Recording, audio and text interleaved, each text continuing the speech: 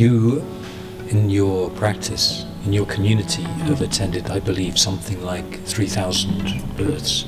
Agnes Geréb here in Hungary has attended a similar number of home births, perhaps a few hundred more, though this is not a competition. How would you contrast the degree of acceptance which you have received in the United States, culminating in this award now here in Europe, with the treatment which Agnes Geréb has received? Oh, there couldn't be a greater contrast. She's been, I think, it seems to me that she's singled out to be sort of the person who will be punished, to sort of warn everybody else, don't try this. Whereas I am invited to medical universities quite often. I've been able to teach the doctors in training things. I've been able to introduce new techniques that are respected and are now in medical textbooks.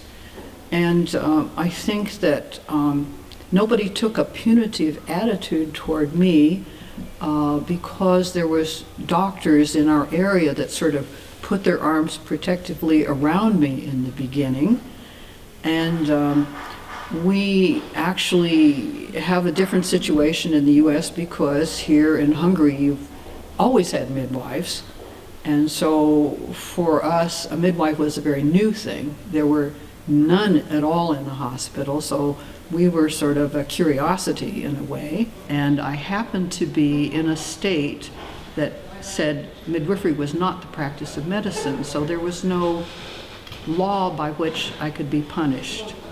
I think that Agnes had a harder situation to explain, perhaps, and that you had, it was harder for the doctors here to see that what she was doing, I think, was rather necessary, because if you don't ever have a home birth, and it's not allowed, then people can develop an irrational fear of what happens with the women's bodies. So I know her to be a caring and careful practitioner, but she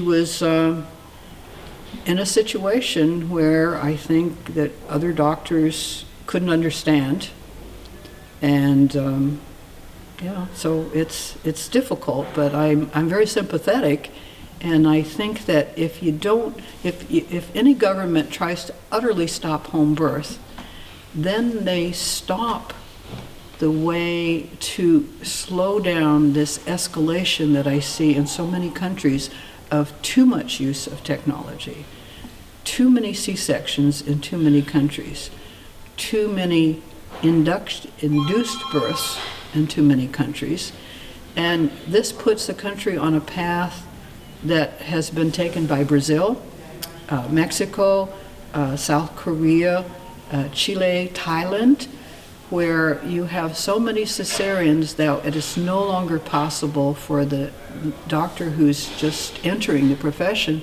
ever to see an unmessed with birth, an undisturbed birth. If you never see an undisturbed birth, you begin to think the woman's body is a very poorly designed body. And then you intervene earlier and earlier, and now you're too scared to ever let something real happen. When this happens and you have so many C-sections, now you're going to have some women die because they had a C-section.